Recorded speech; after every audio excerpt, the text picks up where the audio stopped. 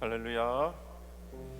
예, 일주일간의 특별 새벽기도 귀한 자리 함께 하시고 또 함께 찬양하며 예배한 우리 성도님들, 오늘 마지막 날에도 변함없이 함께 하신 그 은혜 하나님께 정말로 감사드리며, 정말 우리가 이 2022년 한 해도 우리의 힘이 아니라 우리의 능력이 아니라 성령의 능력으로 살아갈 때에 하나님께서 힘주시고 은혜 더하여 주실 줄로 믿습니다. 성령님, 우리 삶 가운데 임하시고 역사하여 주시옵소서. 우리 함께 마음과 정성을 다해서 함께 그렇게 고백하며 선포하며 하나님께 영광 올리며 찬양하겠습니다. 성령여 임하여 주시옵소서. 우리의 삶의 모습 속에서 삶의 순간순간마다 그 인도함 따라 가겠습니다. 그 고백이 우리 모두의 고백이 되기 원합니다. 마지막 날에 내가 나의 영으로 모든 백성에게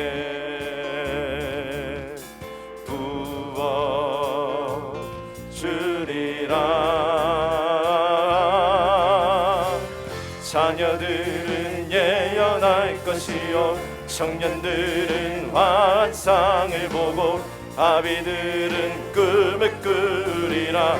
주의 영이 임하며 자녀들은 예언할 것이요 청년들은 환상을 보고 아비들은 꿈을 꾸리라.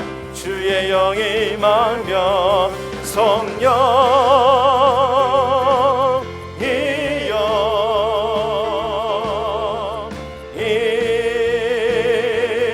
임하소서. 성령이여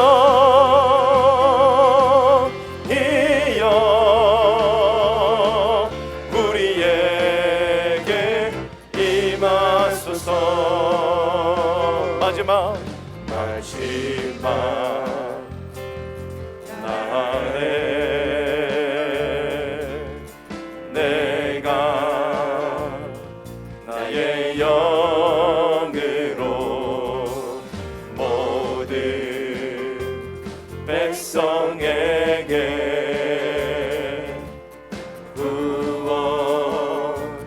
부어주리라.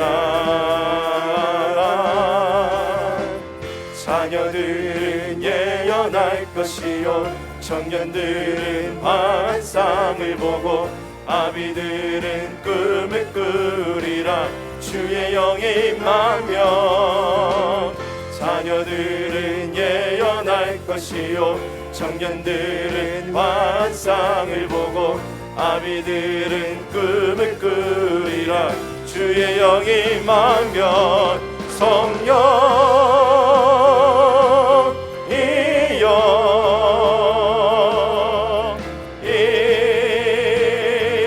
임하소서. 성령이여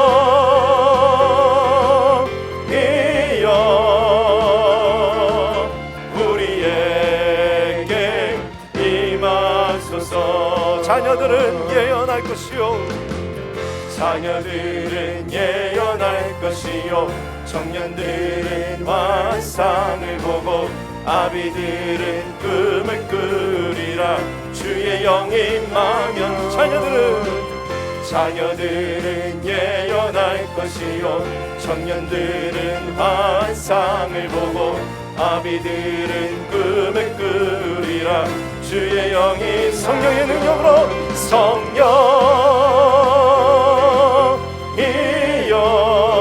우리의 삶 가운데 임하소서. 성령이여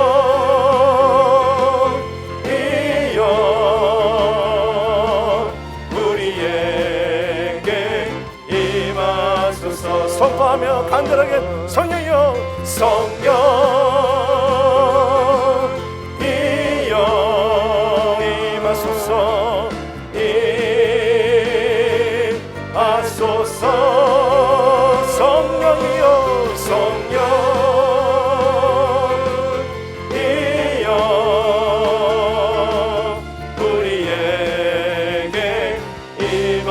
주옵소서.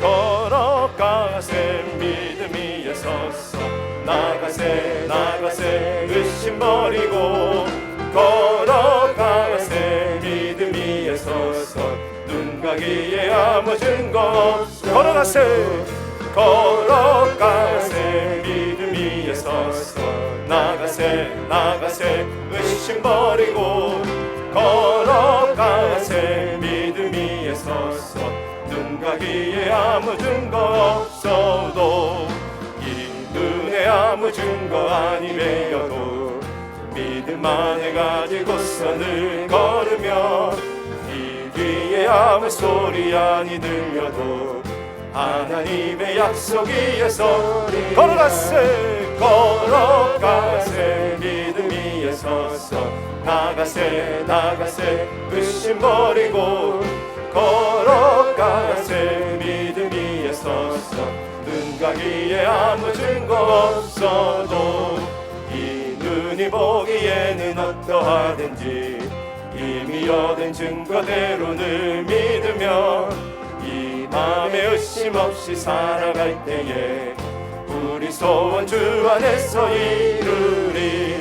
걸어가세 믿음 위에 서서 나가세 나가세 의심 버리고 걸어가세 믿음 위에 서서 눈 가기에 아무 증거 걸어가세 걸어가세 믿음 위에 서서 나가세 나가세 의심 버리고 걸어가세 믿음 위에 서서 눈 가기에 아무 증거 주님의 거룩함을 주님의 거룩함을 두고 맹세할 주 하나님 아버지는 참 미쁘다. 그 귀한 모든 약속 믿는 자에게 능치 못할 무슨 일이 있을까. 걸어가세 믿음 위에 서서 나가세 나가세 의심 버리고 걸어가세 믿음 위에 서서 눈 가기에 아무 증거 걸어가세 믿음 위에 서서 나가세 나가세 의심 버리고 걸어가세 믿음 위에 서서 눈 가기에 아무 증거 없어도 걸어가세 믿음 위에 서 나가세 나가세 나가세 의심 버리고 걸어갑시다. 걸어가세 믿음 위에 서서 눈 가기에 아무 증거 다시 한 번 더 믿음으로 고백합니다. 걸어가세 걸어가세 믿음 위에 서서 나가세 나가세 의심 버리고 걸어가세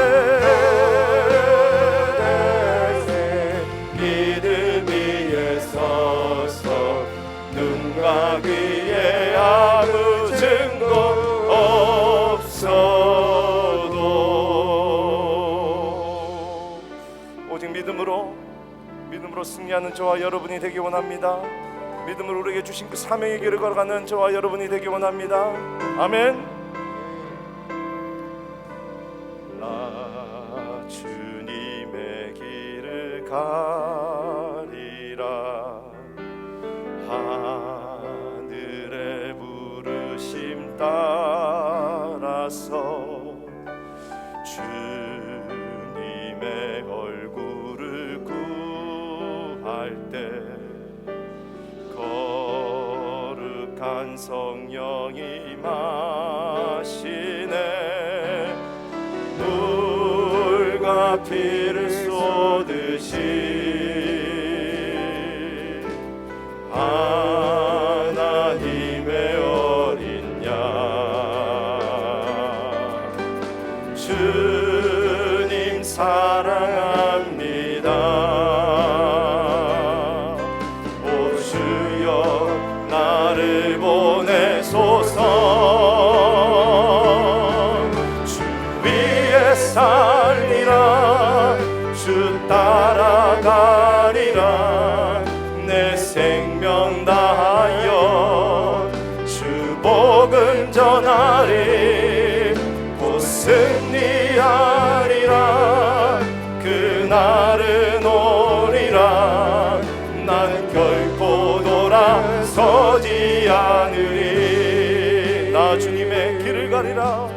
나 주님의 길을 가리라.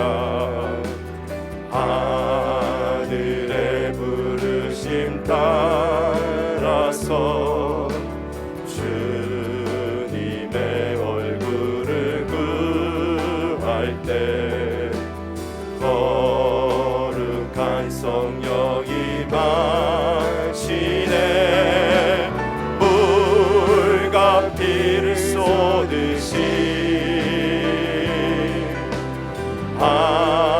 하나님의 어린 양.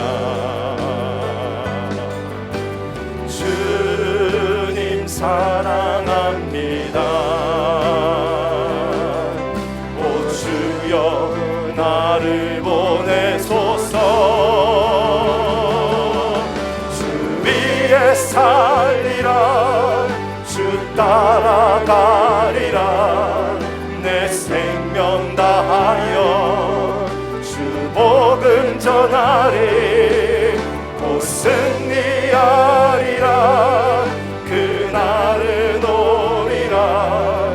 난 결코 돌아서지 않으리. 물과 피를 쏟으시.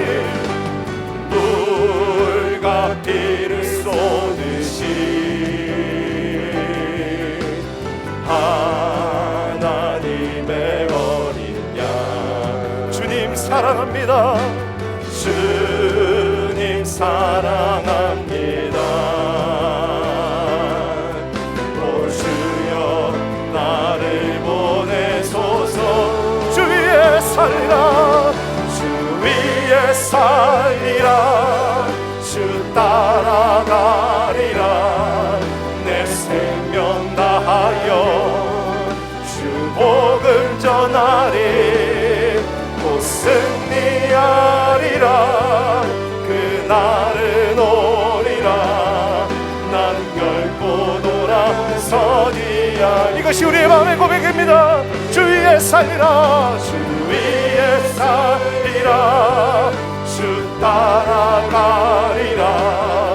내 생명 다하여 주 복음 전하리.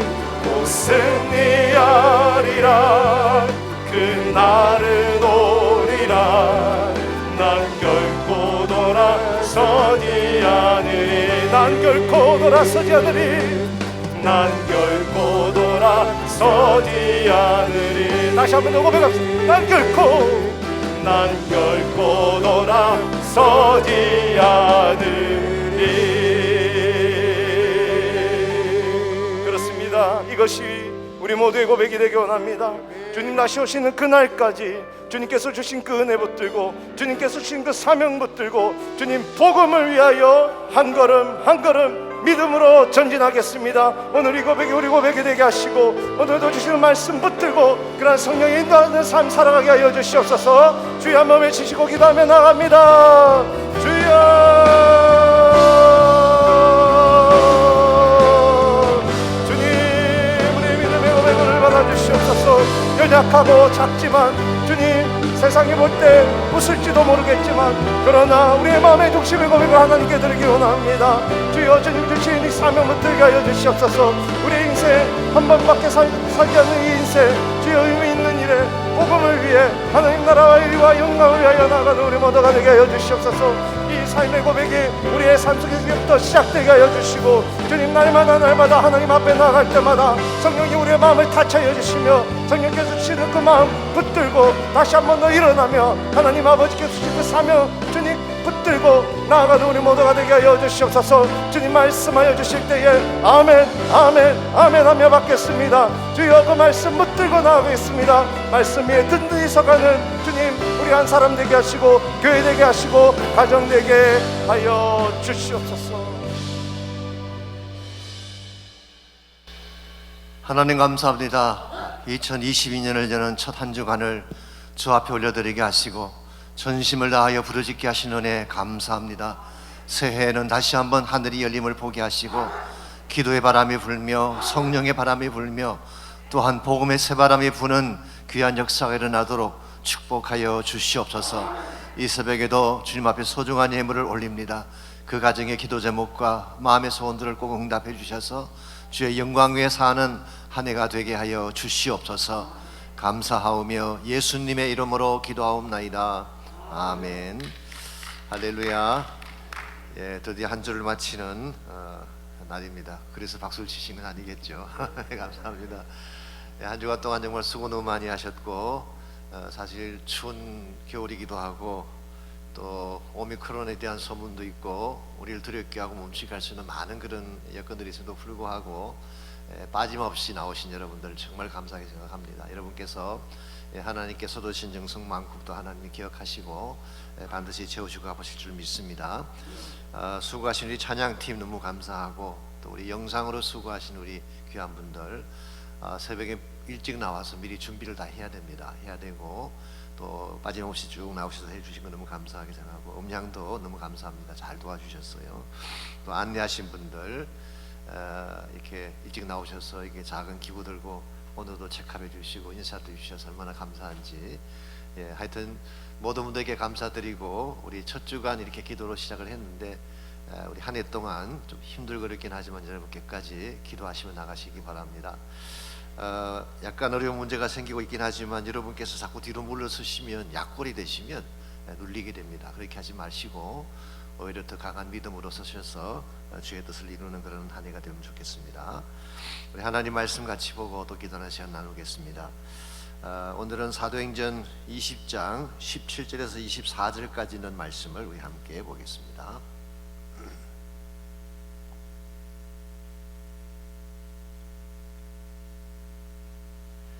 찾으셨으면 한 줄씩 교독합니다.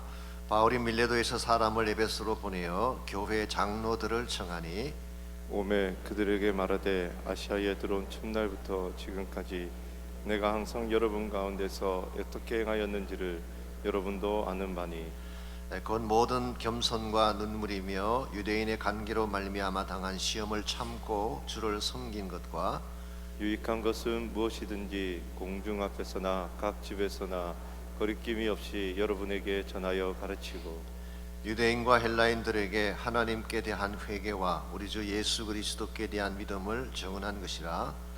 보라, 이제 나는 성령에 매여 예루살렘으로 가는데 거기서 무슨 일을 당할는지 알지 못하노라. 오직 성령이 각성해서 내게 증언하여 결박과 환난이 나를 기다린다 하시나.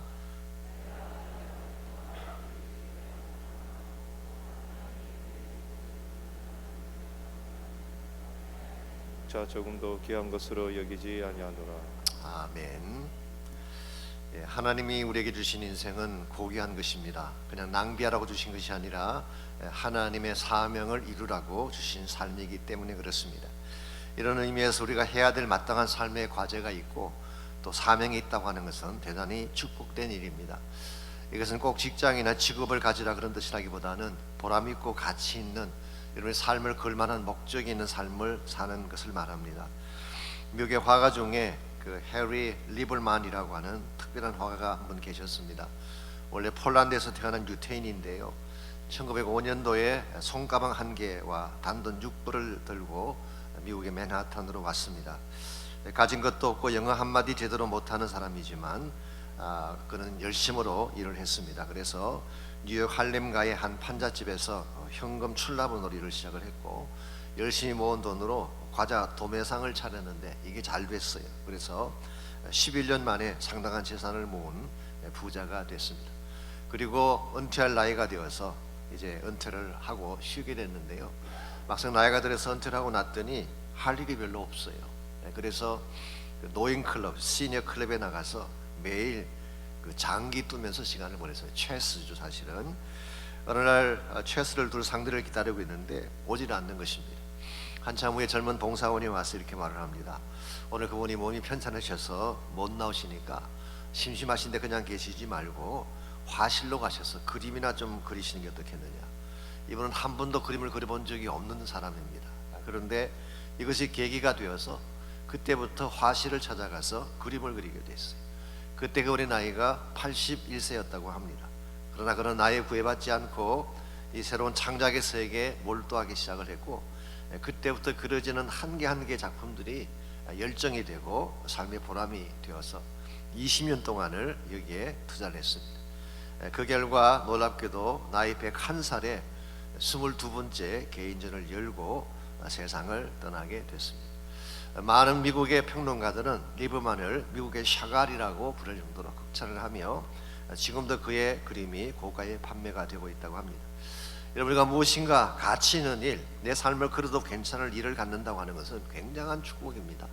이 나이에 상관도 없고 사실은 직업에도 상관이 없습니다. 이 직업과 사명은 비슷한 말 같지만 다른 말인 것입니다. 사명은 정말 해야 될 가치 있는 일을 말한다면, 직업은 먹고 살기 위해서 일하는 것을 말하는 것이죠.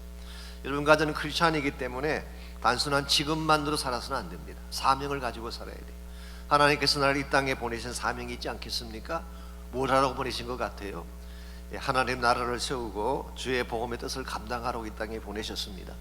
이 뜻을 잘 의식하고 이 사명에 합당한 삶을 살아가야지 여러분이 한 번을 살아도 바르게 살게 되고 남기는 열매가 귀하게 되는 것입니다. 이런 면에서 우리가 가진 바른 사명이 무엇인지를 확인하고 어떻게 이 사명을 이루며 달려갈 것인가, 이 문제를 오늘 본문을 중심으로 함께 나누려고 합니다. 오늘 같이 읽은 본문에 보시면 사도 바울의 이 사명 선언문이 소개가 되어 있습니다. 바울은 밀레도에서 에베소 교회의 장로들을 모아놓고 떠나기 전에 3년간 에베소 사역을 총정리하면서 고별 설교를 했습니다.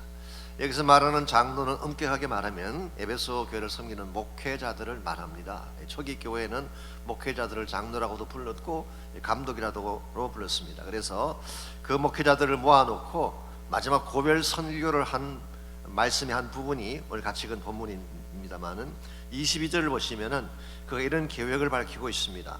보라, 이제 나는 성령에 매여 예루살렘으로 가는데 거기서 무슨 일을 당할는지 알지 못한다고 했습니다. 여기서 바울은 이제 이곳을 떠나게 되면 예루살렘으로 올라갈 계획이 있다, 이 사실을 밝히고 있죠. 근데 사실 이것은 인간적인 측면에서만 본다면 무모하고 위험한 계획이 아닐 수가 없습니다. 왜냐하면 예루살렘은 유대 종교의 핵심부가 있는 곳입니다. 바울을 잡아 죽이기 위해 수많은 사람들이 기다리고 있는 지역이 바로 예루살렘이었죠.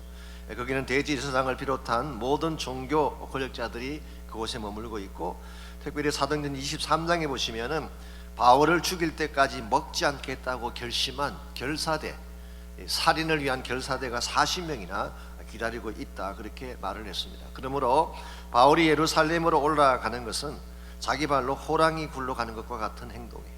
그래서 많은 자들이 말렸습니다. 읽지 않았지만 21장 4절을 보면은 두로에 있는 제자들이 만류를 했고, 21장 8절 이하를 보면은 빌립의 딸들도 올라가지 말라고, 당신 올라가게 되면 잡히게 되고 죽게 된다고 만류를 했습니다. 그리고 심지어 바울 자신도 이 길이 얼마나 위험한 길인지를 알고 있었어요. 23절에 보면 그 내용이 암시가 되어 있죠. 오직 성령이 각성해서 내게 증언하여 결박과 환난이 나를 기다린다 하시나, 즉 사도 바울 본인도 올라가게 되면 환난 받을 수 있고 또한 어려운 험악한 일을 당할 수 있다는 걸 알았습니다. 그럼에도 불구하고 왜 굳이 바울이 예루살렘으로 올라가려고 했을까요? 24절에 그 해답이 나와 있습니다. 내가 달려갈 길과 주 예수께 받은 사명, 곧 하나님의 은혜의 복음을 증언하는 일을 마치려 하면은 나의 생명조차 조금도 귀한 것으로 여기지 아니하노라. 이것을 우리는 흔히 바울의 사명 선언, 그렇게 부르기도 합니다. 미션 스테이트먼트, 사도 바울의 사명 선언문이 여기에 잘 나와 있죠. 바울이 예루살렘에 올라가려고 했던 그 가장 중요한 이유는 하나님의 은혜의 복음의 사명을 이루기 위해서. 좀 더 구체적으로 설명을 드리자면 바울이 꼭 예루살렘으로 올라가야 했던 한 세 가지 이유를 우리가 정리해 볼 수가 있습니다. 첫 번째 이유는 이방 선교의 최종 인준을 받기 위해서 예루살렘으로 가기를 원했습니다. 우리가 아는 바처럼 그동안 바울은 3차에 걸쳐서 이방 선교를 했죠.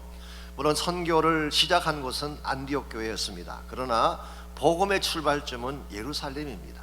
그러므로 그는 이 모든 선교에 대한 총 보고를 다시 예루살렘으로 올라가서 사도들에게 보고를 해야 된다고 생각을 했고, 그 생각은 옳은 생각이었습니다. 두 번째는 선교 헌금을 전달하기 위해 올라가기를 원했습니다. 이방 교회들이 예루살렘 교회가 어려웠을 때에, 기근을 당해서 먹고 사는 것 자체가 힘들었을 때에 특별히 마케도니아 지역에는 많은 교회들이 헌금을 했습니다. 이 모아진 헌금을 전달하기 위해서 사도 바울이 예루살렘으로 올라가려고 한 것입니다. 그러나 여기서 한 가지 짚고 넘어야 가야 될 것은 단순히 헌금, 돈을 전달하기 위한 목적은 아닙니다. 여기는 더 깊은 의미가 있죠. 언젠가 설명을 한번 드린 적이 있습니다만은 이것은 이방 교회와 예루살렘 교회, 이방 교회와 유대 교회의 단합을 위해서 이것을 한 것입니다. 그래서 사실은 눈에 보이지 않게 이방 교회, 유대인 교회가 갈라져 있었고 물과 기름 같은 그런 상태였죠. 이와 같은 것들을 하나로 만들고 예루살렘을 중심으로 전 교회가 하나가 되는 이것을 위해서 이 사도 바울이 헌금을 모았고 이걸 전달하려고 올라간 것입니다. 그러나 무엇보다 중요한 목적은 땅 끝까지 이르는 세계 선교 과제를 이루기 위해서는 반드시 예루살렘으로 가는 것이 필요했습니다. 즉 사도 바울은 예루살렘 교회를 통해 선교의 마지막 과제를 성취하고자 한 것입니다. 그 결과 예루살렘 올라갔다가 로마로 가게 되죠. 그리고 또 로마를 통해서 스페인까지 가게 되는 이 바울의 마음 속에는 이미 이때부터 땅 끝까지 가기 위한 마음의 열망이 있었고 이와 같은 열망을 이루려면 반드시 예루살렘을 올라가야 된다, 이 사실을 확신한 것입니다. 여러분, 바울은 위험한 것을 알고 있지만 올라가게 되면 어쩌면 잡혀 죽을 수도 있는데 순교를 당할 수도 있는 그런 방언임에도 불구하고 여기를 올라가야만 하나님께서 디자인하고 꿈꾸신 세계 선교, 즉 땅끝 복음 전파가 가능하다, 이 사실을 확신했기 때문에 올라가려고 한 것입니다. 여기서 마치 누가복음 9장 51절에 보면 예수님께서 예루살렘으로 올라가기로 굳게 결심하셨다는 말씀이 나오는데 이것과 유사한 케이스라고 할 수가 있습니다. 예수님도 아셨죠. 올라가면 무엇이 기다리고 있는지, 체포당할 것도 알고 계셨고 체포당하게 되면 채찍 맞으시고 모욕당하고 십자가에서 비참하게 돌아가실 것을 알고 계셨지만 주님 올라가셨어요. 왜 올라가셨을까요? 이 길을 가지 아니하면 하나님의 구원 역사를 이룰 수가 없기 때문에. 오늘 본문에 나오는 사도 바울도 마찬가지입니다. 환난이 기다리고 있고 고난의 장애물이 수없이 많지만 이 길을 가지 아니하면 나에게 주신 사명을 이룰 수 없기 때문에 그는 올라간 거예요. 그 결과 결국 그는 전진에 올라갔고 세계 복음화를 위한 발판을 닫게 된 사실을 성경이 우리에게 소개해 주고 있습니다. 오늘 여러분과 저의 삶도 마찬가지입니다. 각자에게 주어진 과제는 다를 것입니다. 직업이나 직장도 다 다를 것입니다. 그러나 우리가 성취해야 될 사명은 동일해요. 우리 모두의 사명은 킹덤 비즈니스, 하나님 나라의 사명입니다. 개인적인 차원이건 교회적인 차원이건 여러분의 배경이 어디서 오신 분들이든 상관이 없습니다. 연세나 연령이나 남녀나 구별 없이 우리 모든 그리스도인에게 주어진 사명은 하나님 나라 사명이에요. 이 사명을 감당해야지 여러분이 이 땅에 오신 목적을 이루는 것이고 이 사명을 감당해야만 하나님의 영광이 되는 것입니다. 혹시 우리 앞에 장애물이 있다고 해서 어려운 문제가 있다고 해서 가던 길을 멈추려고 하는 분이 계시나요? 그러면 하나님의 사명을 이룰 수가 없어요. 마치 이스라엘 백성이 가나안 땅으로 들어가기 위해 반드시 광야를 통과해야만 했죠. 피해간다고 될 문제가 아닙니다. 돌아간다고 될 문제가 아니라 믿음으로 지나가야 될 문제예요. 오늘 사실 많은 문제들이 우리 앞을 가로막고 있고 여러 가지 많은 소문들이 들려오고 있지만 여러분이 만일 그것 때문에 가던 길을 스탑한다면 크리스찬으로서는 합당하지 않다고 저는 생각합니다. 그러므로 난관이 있지만 이것을 뚫고 전진해 나가서 하나님이 주신 God-given task, 하나님이 우리 모두에게 주신 가장 중요한 사명을 감당해내려면 무엇이 필요할까요? 오늘 본문을 통해서 한 세 가지 우리가 중단하지 아니하고 끝까지 전진해 가서 하나님 사명을 이룰 수 있는 세 가지 비결을 정리해 보려고 합니다. 첫 번째는 바른 열정이 있어야 돼요. 이걸 거룩한 열정, 그렇게 표현할 수도 있겠습니다. 반드시 이루어야 된다는 결단과 이것을 성취하기 위한 열정이 있어야지 하나님 맡기신 사명을 이루어낼 수가 있는 것입니다. 18절 말씀 보겠습니다. 18절, 오매 그들에게 말하되 아스에 들어온 첫날부터 지금까지 내가 항상 여러분 가운데서 어떻게 행하였는지를 여러분도 아는 바니. 자, 사도 바울은 지금까지 그의 행함을 특별히 에베소에서 했던 행함을 소개하면서 첫날부터 지금까지 항상 무엇을 했는지, 바울이 그곳에 가서 항상 무엇을 했을까요? 복음 전거의 사명을 했어요. 그러므로 이 바울이 가지고 있던 거룩한 열정, 거룩한 집념에는 한 세 가지 특징이 있는데요. 첫 번째가 시간적인 요소입니다. 모든 시간, 항상 모든 시간을 여기에 집중한 거예요. 여러분이 어떤 것을 바로 이루려고 한다면은 시간을 거기에 투자해야 되는데, 바울의 경우는 모든 시간을 거기에 투자를 했어요. 두 번째 요소는 이 방법적인 요소입니다. 우리 20절에 보시면 나와 있습니다. 유익한 것은 무엇이든지, whatever, 무엇이든지 다 전했다라고 말하고 있어요. 그러므로 방법적으로 말씀드리자면은 이것저것 가리지 않고 모든 것을 다 포함하는, 이것이 바로 사도 바울이 가진 열정의 내용입니다. 세 번째는 장소도 가리지 않았어요. wherever, 어디를 가든지, 역시 20절입니다. 공중 앞에서나 각 집에서나 그리낌 없이 여러분에게 전파했다. 이게 바울이 가진 열정의 특징입니다. 바울은 모든 시간을 투자했고 방법을 다 투자했고, 그리고 어디를 가든지 항상 이 일에 집중했던, 이게 사실은 사도 바울로 하여금 이 복음의 역사를 이루게 한 비결이다, 그렇게 말씀드릴 수가 있어요. 여러분과 제 삶 가운데도 이런 열정, 이와 같은 집념이 있어야지 한 가지를 맡겨주어도 해낼 수가 있는 것입니다. 연약한 가운데 뭐가 잘 안 된다고 포기하고 돌아서게 되면 아무것도 할 것이 없어요. 그냥 편히 쉬는 방법밖에 없습니다. 그렇게 하려고 우리가 세상에 태어난 건 아니지 않겠어요? 오늘 여러분과 제가 하나님에 대한 열정이 좀 회복됐으면 좋겠어요. 사랑하기 위한 열정, 또 섬기기 위한 열정, 나의 킹덤이 아니라 하나님의 킹덤을 세우기 위한 열정이 있어야지 하나님이 사용해 주십니다. 하나님의 뜻에는 관심이 없고 나의 뜻에만 관심을 갖는 사람을 누가 쓰시겠어요? 우리의 열정이 바로 되려면 하나님 중심적인 열정이 돼야 돼요. 복음 중심적인 열정이 돼야 됩니다. 하나님 나라를 세우기 위한 열정이 될 때에 하나님 우리를 통해 일하기 시작하고 하나님이 기뻐하시는 열매를 맺게 하시는 거예요. 그러므로 오늘 아침 여러분께서 기도하실 때에 나에게 바른 열정을 달라고 기도하시기 바랍니다. 세속적인 열정이나 잘 살고 잘 먹기 위한 열정이 아니라 하나님을 향한 열정이 회복되게 하십시오. 예배를 위한 열정이 회복되게 하십시오. 복음과 기도를 향한 열정이 회복되게 달라고 간구하시기를 바랍니다. 이 열정이 먼저 회복이 돼야지 하나님의 뜻을 할 수 있기 때문에. 두 번째는 진실된 가슴이 있어야 됩니다. 우리 마음속에 열정을 가져야 되지만 우리 마음이 진실되고 눈물이 있을 때에 하나님의 사명을 감당할 수 있게 되는 것입니다. 19절을 계속 보십시오. 사도 바울의 3년 사역을 대변해 주는 세 단어가 19절에 나와 있죠. 곧 모든 겸손과 눈물이며 유대인의 관계로 말미암아 당한 시험을 참고 주를 섬긴 것이라고 했어요. 겸손이란 단어, 눈물이란 단어, 참고 섬겼다, 인내죠. 이 세 가지 단어가 사도 바울이 지난 3년 동안의 사역을 총정리해 주는 단어입니다. 특별히 여기서 눈물이란 단어, 이 눈물이란 단어를 읽으면 왠지 바울과는 좀 어울리지 않을 것 같은, 바울의 이미지가 어떤 이미지인가요?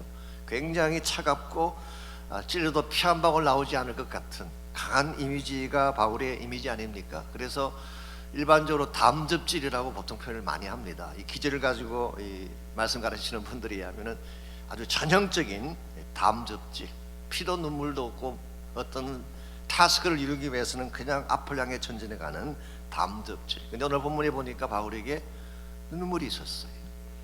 여러분이 사람을 볼 때요, 겉모양만 보고 사랑이 있다 없다 그렇게 함부로 말씀하시는 건 좀 조심하셔야 돼요. 어떤 분은 스타일은 무뚝뚝해 보이는데 가슴에 눈물이 있는 분들이 있어요.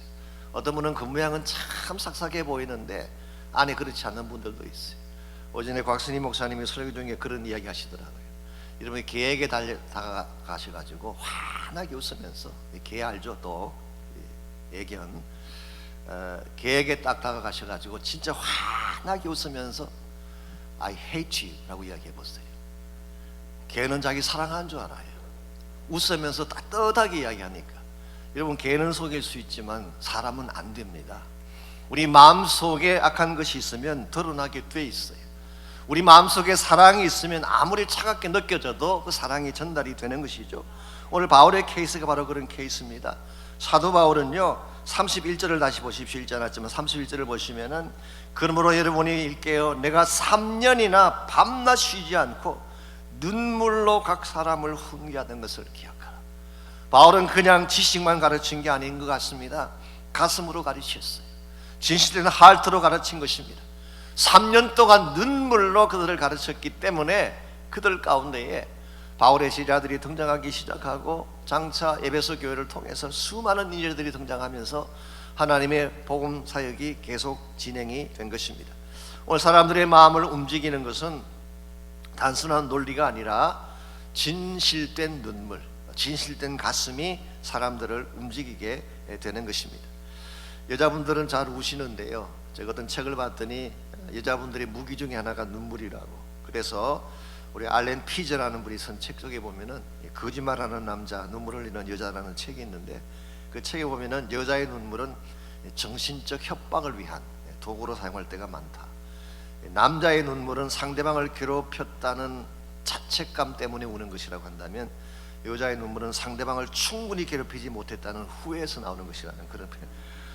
여러분, 이와 같은 눈물은 남을 조정하기 위한 눈물이기 때문에 건강한 눈물은 아니에요.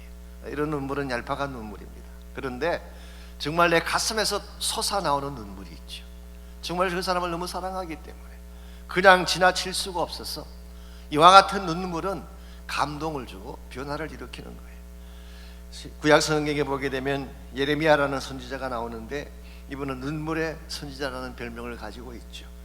그는 무너지게 유다 민족을 보면서 예루살렘 성을 바라보면서 항상 탄식하며 울었어요. 눈물이 마르는 날이 없었어요. 이와 같이 눈물로 예루살렘 성을 바라보며 하나님의 일을 했기 때문에 그 어려움 가운데서도 많은 민족들에게 새로운 길을 소개할 수가 있었고, 결국 70년 만에 돌아올 수 있는 그런 좋은 길을 소개할 수가 있지 않았습니까? 한나라고 하는 여자분도 눈물의 어머니였죠. 그는 통곡하며 눈물로 기도를 했기 때문에 사무엘이라고 하는 훌륭한 아들을 길러내는 것이 가능했던 것입니다. 무엇보다도 예수님이 눈물의 하나님이셨어요. 나사로가 죽었을 때 우셨어요. 예루살렘 성을 바라보면서 우셨어요. 겟세마네 동산에서 멸망하는 인류 역사를 바라보며 통곡하며 우신 예수님. 오늘 여러분과 제가 이와 같은 주님의 마음을 알고 오늘 바울이 가슴속에 품었던 이 눈물을 품을 수 있다면 우리는 세상을 변화시킬 수가 있고 사람들을 새로운 사람으로 만들 수가 있습니다. 이와 같이 우리가 참된 의미에서 하나님의 사명을 잘 감당하려면 바른 패션, 바른 열정이 필요하고 바른 눈물, 진실된 가슴이 필요합니다. 세 번째로 성령의 이끄심이 있어야지 하나님의 이 사명을 완수해 드릴 수가 있습니다. 이 성령의 이끄심, driven by the Spirit, 성령에 이끌려 사는 삶, 이것이 우리 삶을 사명자로 살게 만드는 것입니다. 22절을 다시 보시게 되면요, 사도 바울을 예루살렘으로 이끌었던 근본 이유가 사실은 이렇게 소개가 되어 있죠. 보라, 이제 나는 성령에 매여 예루살렘으로 간다고 했습니다. 즉 바울은 그냥 자기의 어떤 결정만으로 갔다기보다는 성령님에 이끌려서 간 거예요. Captive of the Spirit, 성령님에게 사로잡혀서, 성령에 사로잡혀서 가게 된다. 사실 우리 인간이 가진 소위 말하는 맨정신으로는 올라갈 수 없는 길이죠. 올라가면 체포당하는 게 뻔하고 두들겨 맞고 순교할 수 있는 것이 뻔한데 올라갈 수가 있겠습니까? 근데 성령에 사로잡히면 가능해요. 우리가 사명자로 살아갈 때에 앞에 문제가 생겨 어려운 난관이 생겨도 그걸 이겨낼 수 있는 비결이 있는 것입니다. 성령에 끌리게 되면 두려움을 이기게 돼요. 장애물을 넘게 되고 악한 자의 역사를 물리치게 되는 것입니다. 누가복음 4장 1절에 보시면 예수님께서 광야에서 40일 시험 받으실 때에 어떻게 받으셨는지 아십니까? 성령에 이끌려 가셨다고 했어요. 악한 자와 지금 대결을 하고 있는데 바로 지금 내 앞에 악한 마귀가 서서 40일 동안을 나를 시험하고 있는데 그냥 되겠습니까? 성령에 이끌려야 되는 것입니다. 오늘 여러분께서 영적인 문제가 생겼을 때에 여러분의 의지만으로 이기려고 하면 백전백패입니다. 성령에 이끌리시기 바랍니다. 성령의 파워를 갖게 되면 악한 영을 이기게 되는 거예요. 사도행전 8장에 보시면은 빌립이 사마리아 성에서 큰 부흥을 일으킨 직후에 광야길로 나아가는 장면이 나옵니다. 그때 왜 나갔는지 아십니까? 성령에 이끌려 나갔어요. 사실 사마리아 성에 와서 빌립이 큰 부흥을 일으켰고 수천 명들이 예수님께로 돌아왔어요. 그러므로 빌립이 그 장소에 그냥 계속 있으면서 목회하는 것이 훨씬 더 영광스러웠을 수도 있죠. 그런데 그걸 다 두고, 소위 말하는 세상적인 단어를 쓰자면 그 성공적인 목표를 다 두고 아무도 없는 광야로 달려나갔어요. 이게 아무나 할 수 있는 일이 아닙니다. 성령이 이끌었기 때문에 나간 거야. 나가봤더니 누가 있었나요? 이디오피아 내시 한 명이 지나가고 있었어요. 그 내시는 성경을 읽고 있는데 내용이 뭔지 이해를 못해서 하나님 너무 만나고 싶어하는 사람이었어요. 이사야 53장을 읽고 있는데 무슨 뜻인지 모르고 있었어요. 그때 빌립에 가서 그에게 그 사실을 소개하고 예수님을 영접하고 침례를 베풀고, 그래서 이디오피아의 최초의 개종자가 되었죠. 향후 그 사람이 돌아가서 이디오피아 전체를 복음하는데 큰 역할을 했다고 하는 전성이 남아있지 않습니까? 복음의 사명을 감당하려면 성령에 이끌려야 돼요. 스데반 집사님이 순교하실 때에 어떻게 순교하셨는지 아시죠? 이 순교한다는 것이 말이 쉬워서 그렇지 사실은 폭도들에게 끌려나가서 대중 앞에서 돌멩이를 던지는 걸 맞고 죽은 거예요. 얼마나 무섭겠어요. 여러분 상상해 보십시오. 나는 혼자 서 있는데 수많은 노도 같은 군중들이 돌을 들고 나를 향해 돌을 던집니다. 얼굴에 피가 터지고 코가 터지고 살이 찢어지고, 근데 잔인하게 돌을 던지는데 여러분 마음이 어떠실 것 같아요? 그런데 스데반의 얼굴이 해같이 빛났다고 했어요. 너무나 밝고 환한 얼굴로 자기를 향해 돌을 던지는 그 사람들을 향해서 축복 기도를 합니다. 하나님, 저들이 지은 저 죄를 저들이 몰라서 그렇습니다. 마치 예수님께서 마지막에 기도하신 것과 똑같은 기도를 남겼던 스데반. 어디에서 이 파워가 나왔을 거예요? 성령이 충만했기 때문이라고 성경은 기록하고 있습니다. 오늘 여러분이 강한 자가 되기를 원하시나요? 성령에 이끌리시기 바랍니다. 하나님의 교회가 강한 교회가 되기를 원하시나요? 성령에 이끌려야 돼요. 아무리 다른 것을 다 가지고 있어도 성령에 이끌리지 아니하면, 성령의 파워가 떠나게 되면 교회는 교회일 수가 없습니다. 개인도 마찬가지, 사역도 마찬가지, 선교도 마찬가지, 모든 게 다 마찬가지예요. 성령의 이끄심 없이, 성령의 능력 없이, 성령의 인격적인 임재가 없이 우리가 하나님의 일을 감당하고 하나님의 사역을 감당하는 것 자체가 앞뒤가 맞지 않는 것입니다. 성령에 이끌리지 않는 경우는 문제만 생기면 주저앉게 돼 있어요. 포기하게 돼 있어요. 아까 제가 시작할 때도 잠깐 소개해드렸지만 사실 오미크론 때문에 미국 전체가 다시 좀 오므라드는 듯한 그런 느낌을 솔직히 받고 있습니다. 아이들 학교 등교도 미루어지게 되고 중요한 행사들도 취소된다는 신문에 보도가 있고 경제적인 제약도 가해지는 것 같습니다. 그러다 보니까 교회도 영향을 받는 것 같아요. 어떤 교회들은 벌써 뭐 주일 아이들 모임도 캔슬한다는 교회도 있고 그런데요.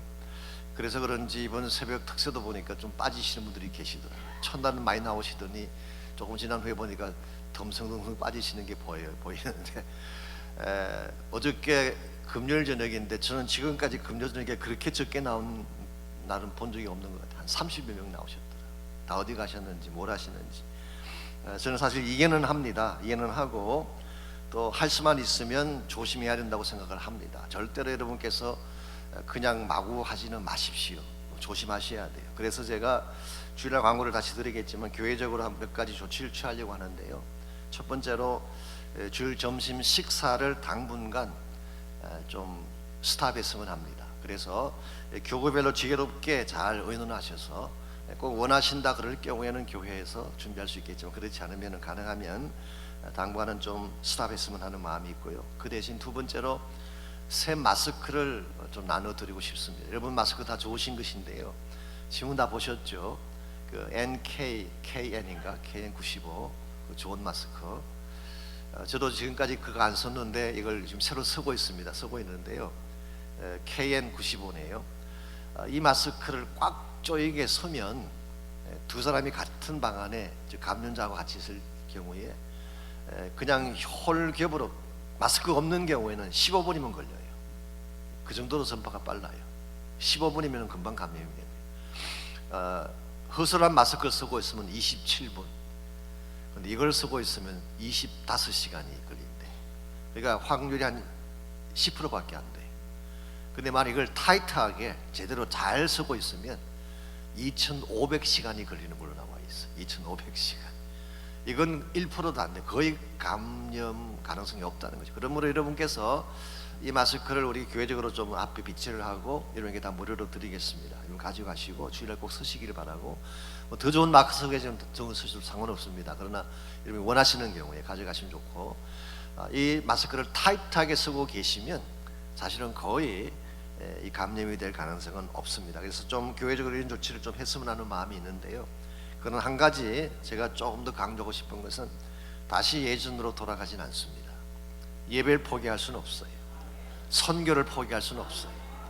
제자훈련을 포기하고 말씀 교육을 포기할 수는 없어요.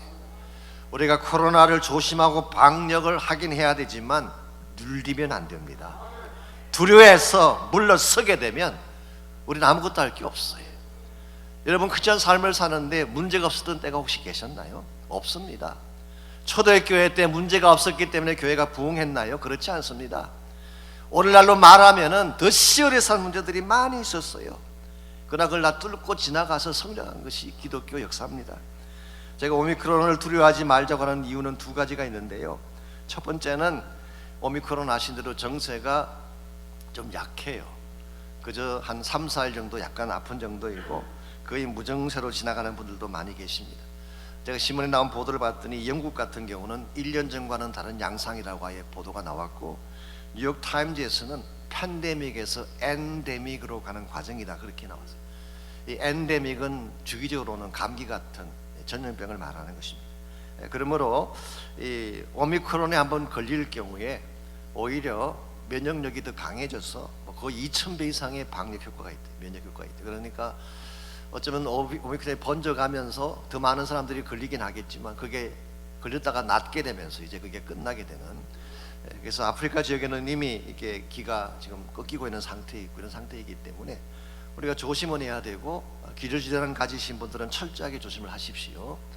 건강하신 분들은 괜찮지만 혹시라도 기저질환 있는 분들은 조심하셔야 되는데, 그렇긴 하지만 이것 때문에 눌리고 두려워하고 도망치는 것, 이건 그렇게 나는 바람직하다고 생각하지 않습니다. 두 번째 이유는 같은 이야기인데요. 크리스천 라이프 자체가 타이거의 삶이지 It's not cat. 지난주에 설교드린 것처럼 호랑이의 삶이어야지 고양이가 되면 안 돼요. 문제만 생기면 웅크리고 몸을 도사리면 할 수 있는 일이 뭐가 있겠어요. 비대면 예배를 강조하시는 분들 이야기를 들어보면요, 굉장히 그럴듯하게 말씀드리지만 비대면 하시는 분들 중에 상당 숫자가 다른 건 다 하세요. 마켓 안 가실 것 같습니까? 친구 안 만나실 것 같아요? 식당 안 가실 것 같습니까? 다 해요. 다른 건 다 하는데 왜 예배는 안 되는 거예요? 그 액션 속에 이미 He speaks something 을 말하고 있는 거예요. 예배는 세컨더리한 거예요. 예배는 non essential, 이런 가치관이 이미 있는 거예요. 본인은 신앙이 좋다고 말할지 모르지만 아무리 훌륭한 한국의 목사님 말씀하셔도 I don't agree, 저는 그게 agree 않습니다. 훌륭하신 건 훌륭하신 거고 이건 이거예요. 여러분들께서 만일 이와 같이 예배를 소홀히 하고 기독교 가치를 아무렇게나 생각하고 마켓 가는 것보다도 교회 오는 것이 더 가치 없는 일로 생각되어진다면 내가 볼 때 기독교 역사는 기웁니다. 가능성이 없어요. 그러므로 우리가 정말 온실에서 자란 화초처럼 그렇게 살 게 아니라 저는 광야에 피어나는 백합꽃이 되어야 된다고 생각합니다. 바람도 맞고 가뭄도 겪고 폭풍우도 맞지만 백합꽃같이 피어나서 복음의 향기를 나타내고 하나님의 향기를 나타내야지, 그래야 하나님의 일을 할 수 있는 거예요. 이와 같은 때에 하나님의 교회들이 이제는 좀 정신을 차려야 됩니다. 몰려다니고 밀려다니고 숨어다니는 것이 아니라 이제 하나님의 목적을 위해 나서야 돼요. 하나님의 일을 감당해야 돼요. 특별히 교회 리더 되시는 분들은 기억하시기 바랍니다.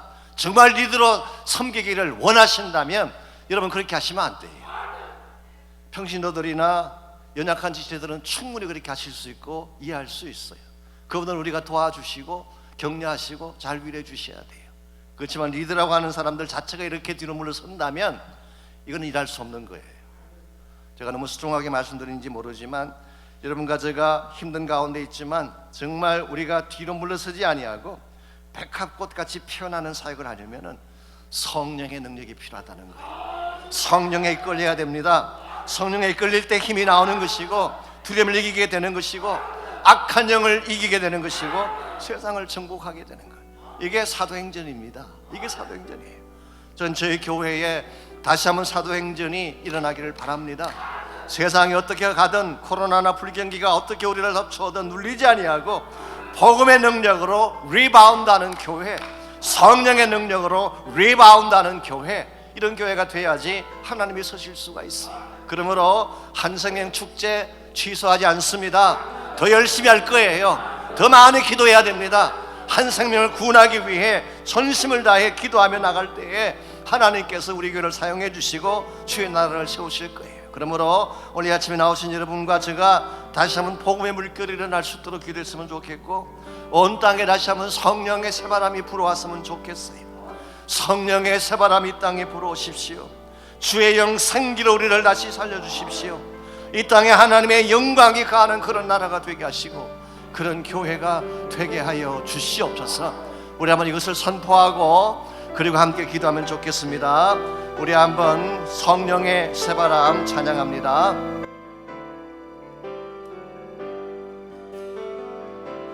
성령의 새바람 이 땅에 불어오소서. 주의 영 그 생기로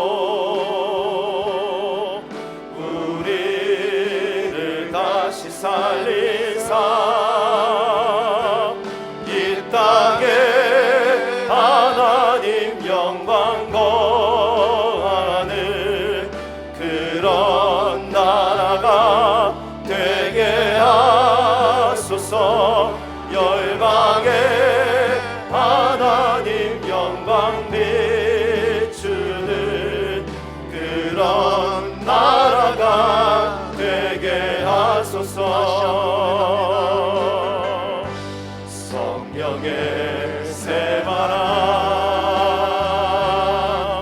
이 땅에 불어오소서. 주의 영 그 생기로 우리를 다시 살리사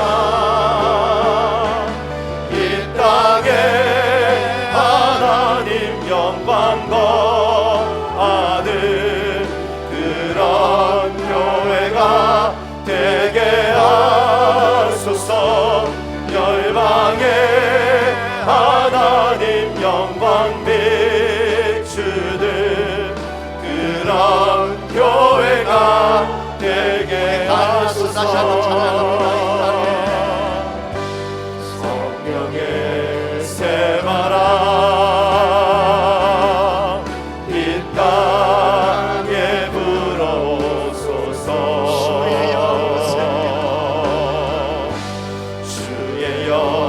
생기로 우리를 다시 살리사 이 땅에 하나님 영광 거하는 그런 나라가 되게 하소서. 열방에 하나님 영광 비추는 그런 나라가 되게 하소서. 성령의 새바람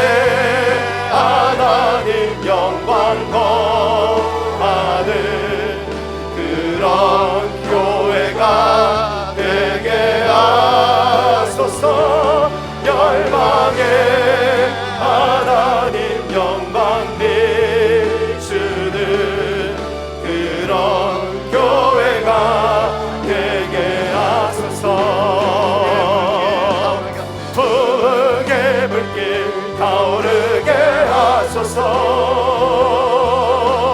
진리의 말씀 이 땅 새롭게 하소서. 은혜의 강물 흐르게 하소서. 성령의 바람 이제 불어와. 오 주의 영광 가득한 새날 주소서.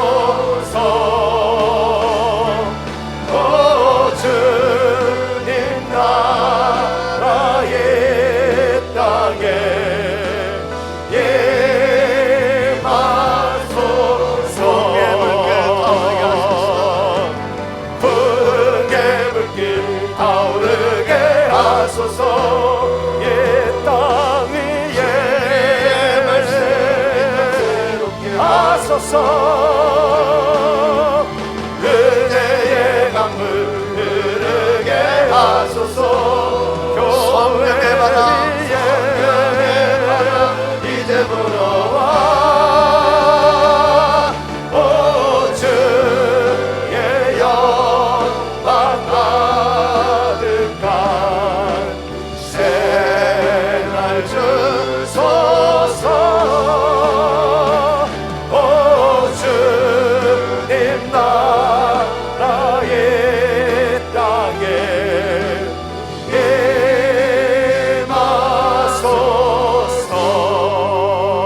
임하소서. 우리 소신제로 기도하시기 바랍니다. 성령의 새바람 다시 불어오게 하십시오. 이 땅 가운데 성령의 새바람이 불도록, 우리 가정 가운데 성령의 새바람이 불도록, 몸된 교회 가운데에 하나님의 교회들마다 다시 성령의 새바람이 불게 하여 주옵소서. 죽은 영들이 살아나게 하시고, 예배가 살아나게 하시고, 거룩함이 살아나게 하시고, 하나님 영광이 회복되게 하여 주옵소서. 다 같이 합시면서 기도하겠습니다. 살아계신 하나님 감사합니다. 하나님 은혜 가운데에 여기까지 오게 하시고 감사합니다. 하나님이 세상이 어두워지고 하나님의 어떤 천년명이 천벌하고 세상 정부가 우리를 탄압하며 우리를 셧다운시키려고 하지만 하나님 우리 심령 가운데에 성령의 새바람이 일게 하여 주시기를 바랍니다. 하나님의 몸된 교회 안에 다시 성령의 새바람이 일게 하여 주시기를 원합니다.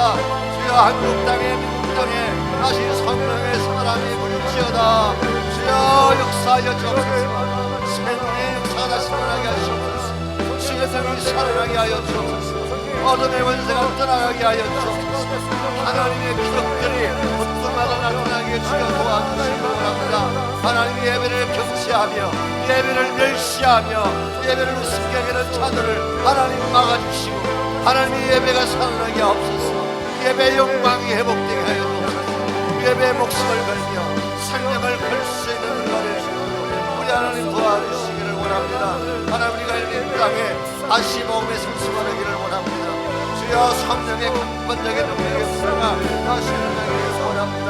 우리 하나님과 같은 일들을 감당할 수 있도록 하나님 이 교회를 축복하여 주시기를 원합니다. 이 땅 가운데 다시 은혜의 강물이 흘러가야 됩니다. 하나님의 복음의 강수가 다시 흘러가야 되고 온 땅 열방들이 주를 바라보며 주께로 돌아오는 이 선교의 물길이 다시 일어나야 됩니다. 중단되면 안 됩니다. 멈추면 안 됩니다. 이 존귀한 사명을 위해 하나님 우리를 부르셨는데 오늘 여러분 기도하는 가운데에 주의 부르심 앞에 마음의 문을 열고 주님 내가 여기 있습니다. 나를 사용해 주십시오. 연약하고 부족하지만 마지막 시대 주의 사명자로 살아가고 싶습니다. 복음 위에 나의 삶을 불태우고 싶습니다.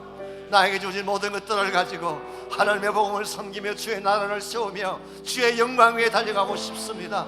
오늘 바울이 고백한 것처럼 내가 받은 사명 예수 그리스도의 복음을 전가하는 일을 마치려 하면은 나의 생명도 아껴야 한다고 했는데 주여 이와 같은 사명자가 되게 해달라고 성령의 권세와 능력을 갑질나 부어주셔서 참주의 사명자가 되게 해달라고 함께 기도하겠습니다. 살아계신 아버지 하나님 감사합니다. 아버지 하나님 감사합니다.